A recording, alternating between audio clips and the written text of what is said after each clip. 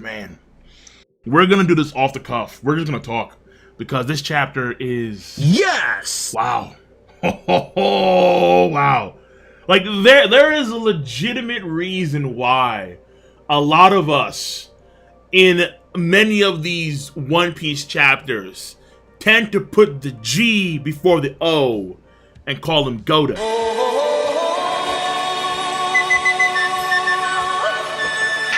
There's a reason why we do that. Because chapters like these, man, they get the mind running. They get the blood pumping. And the amount of content you can talk about for this one chapter is quite a hefty amount, man. Like, it is not a lightweight chapter by no margin. I would say it is one of the best, if not the best chapter in Wano Kuni thus far. When it comes to the Sabo stuff, when it comes to the Blackbeard stuff, and the other Shichibukai stuff, when it comes to potentially the Vegapunk stuff, oh yeah, it's real. But for this chapter, there was one thing that really caught my attention the most. Sword. Sword was heavy. Sword was wow. Because Sword is a top, not just a secret force, it's a top secret special force. Whoa! Oh! Special, super secret force. It's safe to say that they're the equivalent of Aegis Zero, where Aegis Zero is the strongest of the Cypher Poles, and Aegis means shield. And they work for the world government directly under the Tenryubito themselves. And here you have Sword, and they're part of the Navy headquarters, Marine headquarters. And they're their own top secret special force. The Marines, the Navy, and the world government are sometimes at odds with each other. So they're not trusting the world government entirely, but they have their own spies to do their own things if need be. And make sure that the intel that they get is clean. Clean. And Drake and Kobe are a member of Sword. Drake is a captain of this special force, and Kobe's a member. So it makes you wonder who else is a member of Sword. Now, I don't want to go too much into that, as in like who's a member of Sword, because there's one thing in particular that I want to talk about. So I'll say that from the video too, when it comes to who is a member of Sword, because the main thing here, a little bit spicy. The main thing here, yo, it's crazy, is Akainu Sakazuki and Aokiji Kuzan. Oh, it gets juicy. It gets spicy. My goodness. At the cover page of chapter 592, right here, Akainu is taking care of a tree or some kind of fauna, whatever it is. And Kizaru is looking on. And Akainu is shirtless. Sexy. But what's important here is the tattoos. Because on Akainu's right-hand side, on the bottom of his shoulder, going onto his bicep, is a tattoo of a sword. A sword. It is very, very possible that Akainu is not only a member of Sword, but also is the guy running the show for Sword. It is very possible, let's say, the chairman, commander-in-chief, whatever, of Sword. And that, my friends, is where things get juicy. Very juicy. Now, keep in mind, Oda could have just given Sakazuki a sword tattoo just to indicate something like this later on, where there is this sword group. But let's say Sakazuki himself is not a member of Sword. He just has a sword tattoo. That is very possible. But that'd be kind of weird. Like, I doubt that Oda did that just for the sake of alluding to Sword members in the future, but Sakazuki himself not being a member of Sword. I think that sword tattoo indicates that he is a member of Sword. Now, granted, we haven't seen Akainu shirtless as of post-time skip, which at some point we will. I guarantee we will at some point. But when you look at Drake and Kobe, they do have X-shaped scars on their faces. On Drake's chin and on Kobe's forehead, there are X-shaped scars. So that could be the indication of sword members in the Navy. That's possible, but they can also have sword tattoos on them as well. But at the bare minimum, we know that certain people are a member of sword, and I would say it's safe to say that Akainu is a member of sword as well. And he's probably top brass, if not the top of sword. Now, here's the real question. Aokiji. Kuzan. When Doflamingo and Kuzan had their exchange, before Dofi left, Dofi asked Aokiji, Kuzan, what his affiliation was. Where does he stand? Kuzan didn't respond. He didn't give an answer. 一つ教えてくれるか。お前今何者なんだ、クザン。 And then, if you go back to Film Z, and it's a movie, fair enough. But if you go back to Film Z, Luffy, Sanji, Zoro, Brook, they meet Aokiji in the hot tubs. They're all, of course, very startled. And we see Aokiji's body, and his body is scarred up and in tatters. And we see how he lost his left leg, and the right upper body is heavily scarred, heavily burned. And when he sees their reaction to this, he scratches the scar on top, on his right shoulder, and then he says, well, I went a bit overboard. That scar, you would assume, was placed by Akainu, but when he says, I went a bit overboard, he, like every transition that I've seen of that particular clip, and I've seen a few over the weekend, every clip, Aokiji refers to himself. I went overboard. What do you mean by I went overboard? When the scar, the burn, was probably given by Akainu. And then, when Luffy asks him the question of, well, aren't you and Akainu friends? Why did you fight each other? Aokiji says how Luffy's, rude, essentially, and then just says, no comment. お前なんで赤犬と決闘なんかしたんだ？仲間なんだろ？やれやれ、ほんとデリカシーのない小僧だよ。それもノーコメントだ。 It gets the mind jogging. It gets the blood pumping a little bit here. Hold on now. So, yeah, like, you have to wonder. We know the generals as to why they fought because Jinbei told us where Aokiji was chosen by Sengoku. Aokiji was very popular with Sengoku's, forces in that side of the Navy. On the flip side, the other higher-ups wanted Akainu.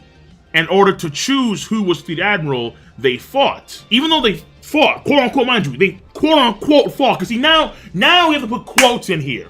Now I have to put quotes. Because they fought for 10 days. We see the damage in Punk Hazard. I mean, the entire area's changed. Half ice, half magma. For God's... the sea's on fire. Glaciers are in the sea. It's like, goddamn, these guys went all out. Aokiji left, and he inserted himself into the Blackbeard pirates. Now, Burgess doesn't trust Aokiji for obvious reasons, but Blackbeard seems to be a little more nonchalant, where when he talks to Burgess, he says, well, in that same way, you can say the same thing about Siryu.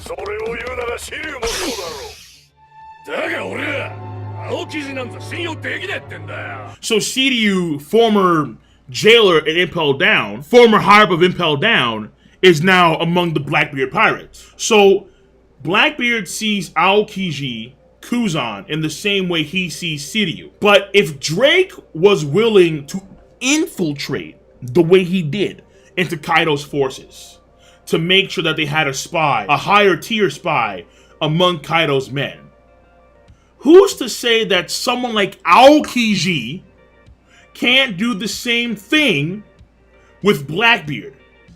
Because during War, Blackbeard did something unprecedented. Blackbeard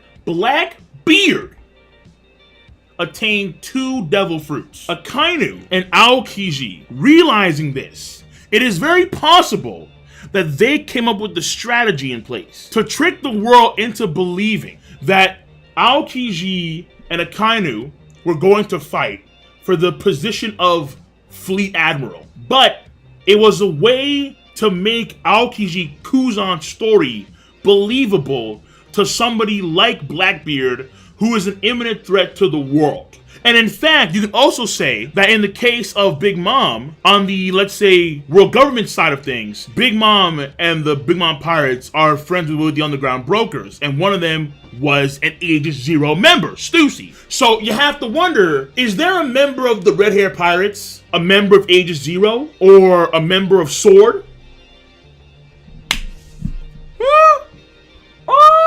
The rabbit hole could go very deep.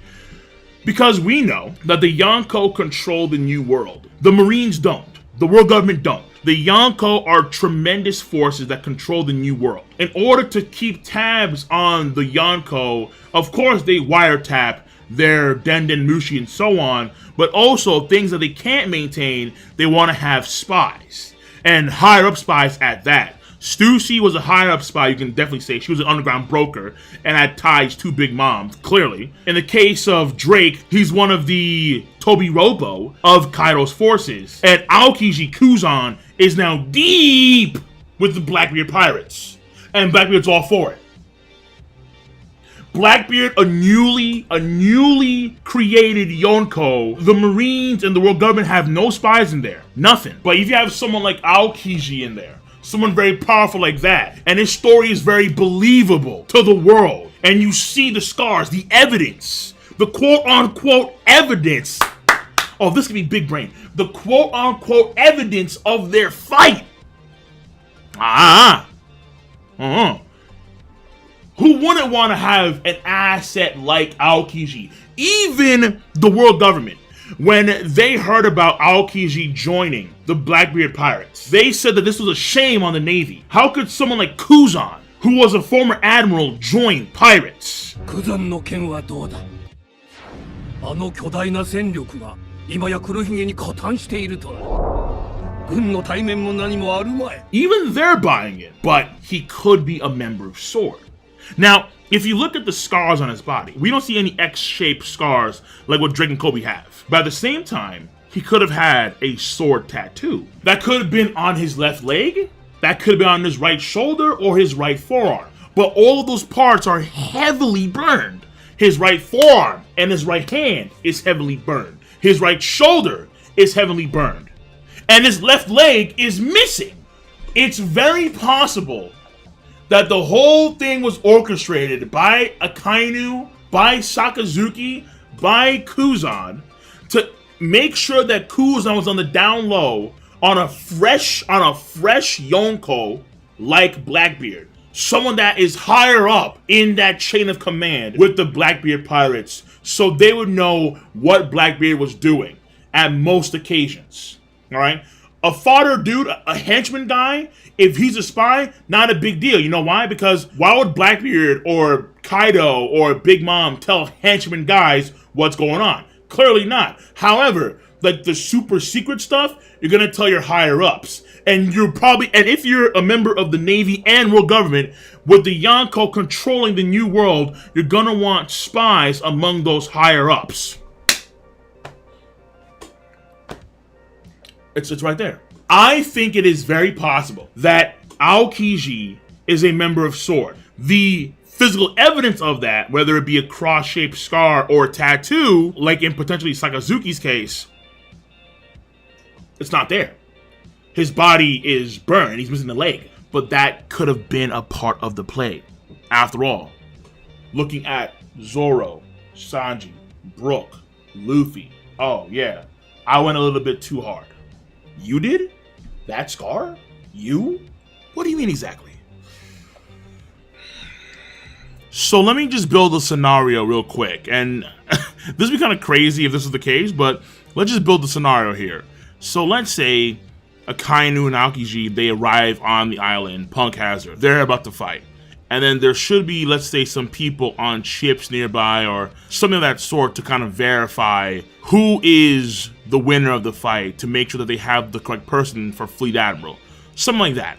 Now, let's say they fight for a period of time, and as they continue to fight, the weather starts to change, the island starts to change drastically because of their grand scale attacks. And then at some point, let's say the Onseers or the Overseers, they can't see what's going on anymore because it's too chaotic and the whole island's being changed. Like they have to, let's say, leave, or they have to, you know, get greater distance because even the water was set ablaze or frozen over.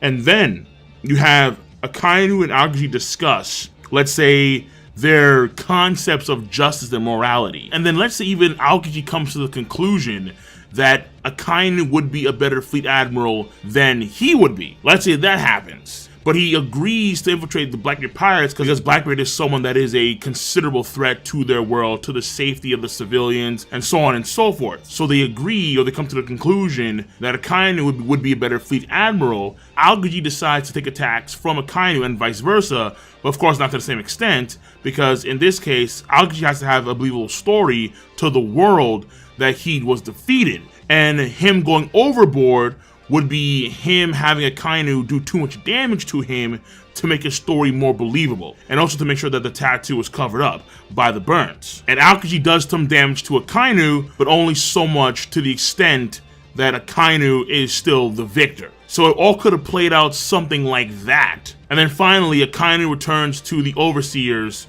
with him holding, let's say, Aokiji over his shoulder or something, and then he's the new fleet admiral. Boom. So that's something that I just concocted right then and there. But that would be insane. That would be wild. It could all be a lie. Maybe Akainu and Aokiji are actual friends. Granted. Friends is a strong word probably. Because after, let's say, Ohara, after Akainu blew up the ship full of the innocents, maybe not. Aokiji didn't appear to be a fan of that, obviously, when he blew up that ship full of civilians. But you can see his reasoning for doing so in the first place, to make sure that nobody from Ohara lived, to make sure that nobody knew the intel on how to read the poneglyphs. So that's my theory for today. I'm gonna do more of these over the next few days, but I think it is very possible that the whole thing, or at least part of it, was possible, pure possible. And this was all the way to get Aokiji, Kuzan, deep into the Blackbeard pirates. That, I think, is very possible. So that's it, y'all. That's it. I'm gonna catch you guys and gals later. Be sure to rate the video. It is not that hard to do. I guarantee you that, because I know that you all have a device called Zmausu. You use Zmausu to click, rate the video, to click, subscribe, to click on that bell to join the squad. And of course, as always, once again, please let me know where you stay on this topic. Let me know, because just let me know what you think about this possibility. All right? I'm going to catch y'all later. Be easy, and have a nice goddamn day.